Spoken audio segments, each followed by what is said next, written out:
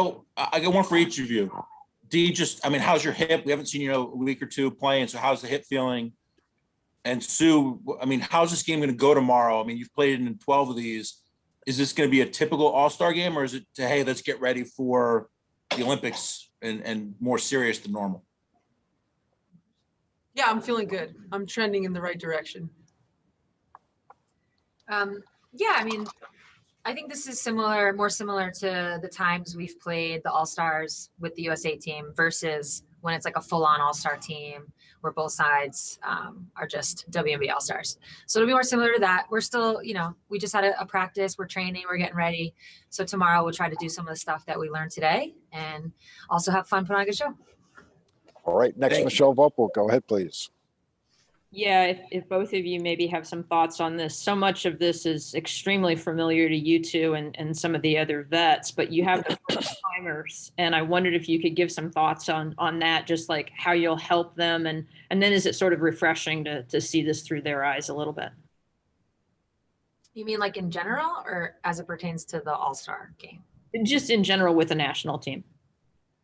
Every Olympic experience, there's first timers. And what's interesting, I think, about this one is this is an unprecedented Olympics. Usually we could sit here and talk about helping them out. Hey, listen, we're going to processing. This is what processing is like. And hey, listen, when we travel and we get there, this is what this is like. And you got credentialed and you'll do this and you'll do that. We don't even know what to expect. We don't even know what hotel we're staying in Tokyo. We don't know what it's going to be like. Or we might say something like, oh, make sure you check out other events. Like you want to make sure you enjoy the Olympics. Basketball is a big part of it. Winning a gold medal is a big part of it. But you want to maybe, check out the city, check out other events. That's not the case. So I think for all of us, this is going to be a new, unique experience. Obviously, when we get on the court, if you want to add to it. Yeah, I think, like anything, you have to go through it. You have to learn from watching the older players. And I think Don said it today in the huddles. We have a big chunk of this team that's new, but at the same time, we have a lot of people, myself and Sue, Tina, Sil, the coaching staff that, they've been to numerous Olympics. So I think all that experience kind of trickles down day by day, and I think we'll go from there. All right, next question will come from Jeff Metcalf. Jeff, if you would, please, and you're going to be followed by Barbara Barker. So, Diana, is it possible to get you to elaborate any more about what you've been going through with this hip injury, and are you going to play in the All-Star game? I got back from the sternal fracture, felt good, and I had a little bit of a setback in practice with it's just a hip, pretty much a hip pointer, and I probably won't play. My goal is to be ready for the Olympics, and preparation is key. So at this point, I think in my career, being ready for Tokyo is what's best for our team and me. So, I'm taking it day by day. I'm getting better, and I'll be fine once the real games start. Jeff, thanks. Barbara Barker, you're up, and you're going to be followed by Cassandra Negley. Hey, you guys, can you just talk about what it means to be, this is for the Olympics, to be going for 5. It's a record for both you guys, and the fact that you've always been together and what that's been like. We talk about it all the time. We're asked this question a lot, and it's not often you get to do what you love with people you really care about and you have a great friendship with, beyond the court. And we've been able to do it together every step of the way. And there's this confidence and this trust factor that you have when you're on the court and you're going into an Olympics with one goal. And I think we share the same sentiment. We wouldn't want anyone else in these chairs but us. So there's a great feeling behind it, and we're lucky. All right, thank you, Barbara. Cassandra, you're up, and you're going to be followed by Akiko Yamawaki. It's Cassandra. Ron, you put me a little bit on the spot here. I was kind of just listening in. You guys have been around for a while. This is the first time we're going to see this for All-Star break playing the WNBA All-Stars. What does this mean for, it's really an obnoxious question, but what does this mean for the game to be able to see this in a year where we're seeing basketball grow on the women's side? What do you mean? This is the first time that we're seeing Team USA play the All-Stars, like the WNBA All-Star team in All-Star Week. Oh, we've done this before. Yeah, We've yeah. done this before. And it's every year we've done it, and I'm sure it'll be the same. It's fun. It's a great way for the USA team to get ready. It's a great way to prepare for us. It's also a great way to showcase the top talent. You know, the national team is 12 of the top players, obviously, and so is the WNBA side of it, the All-Stars. So I think it's just 24 of the top players going out there. And like I said, one side's going to be preparing for something, but all in all, we'll hopefully put on a good show. Thank you. To be clear, like, I know this isn't the first time, but it's the first time that we're seeing it in this format. All right, Akiko Yamawaki, you'll be followed by Chantel Jennings. Akiko. That's incorrect, Cassandra. Yeah, this question to Sue. How meaningful is it to both of you and Megan to go into Tokyo and represent the country? Yeah, it is meaningful to us. I think it's special to go through an experience like heading to the Olympics, and you know, to do it alongside somebody, you know, who you're with makes it even more special. It's just the fact that we're going to have a shared experience. It's unique, and it's something that we'll remember forever. I think more than anything, you know, the special part has been in the lead up, right? In the preparation. We work out together in the off season, we help each other.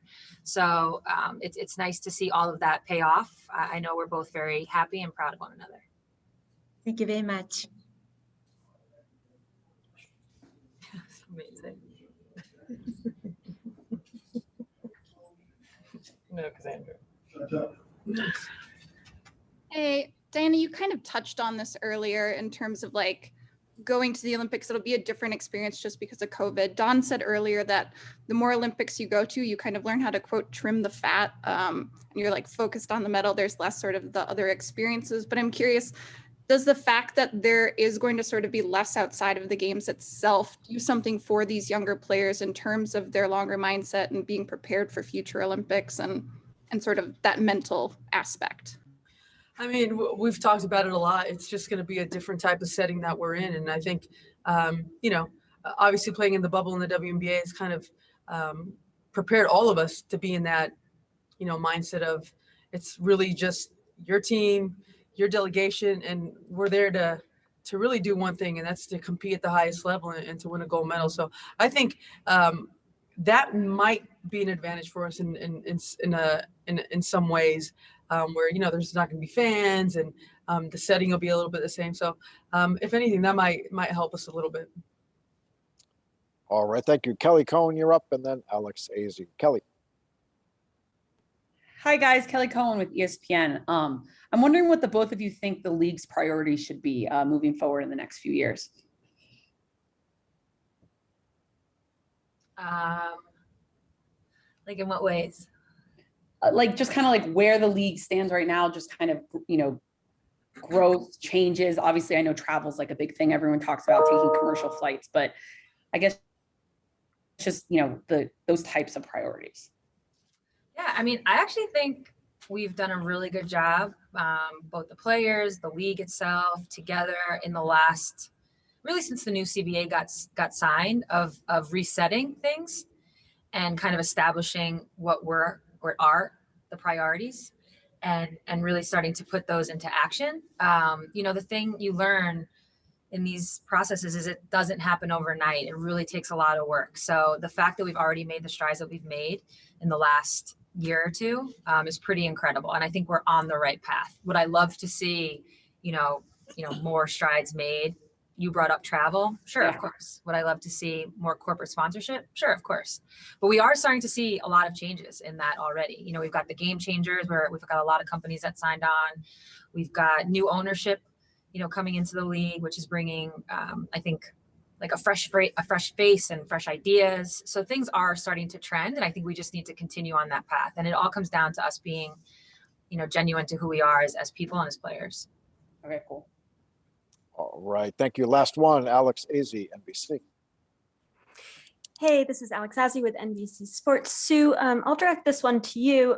Going down memory road a little bit when you were, I think, 16 at the time, what are your memories of the 1996 Atlanta Olympics in basketball in particular? I don't know how much of it was televised, but what are your memories of that time period?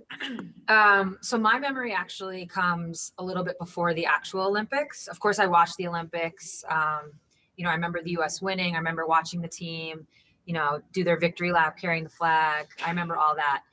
But for me, I actually got to go, they were on a tour the year prior leading to that moment. So I actually got to go see them play an exhibition game.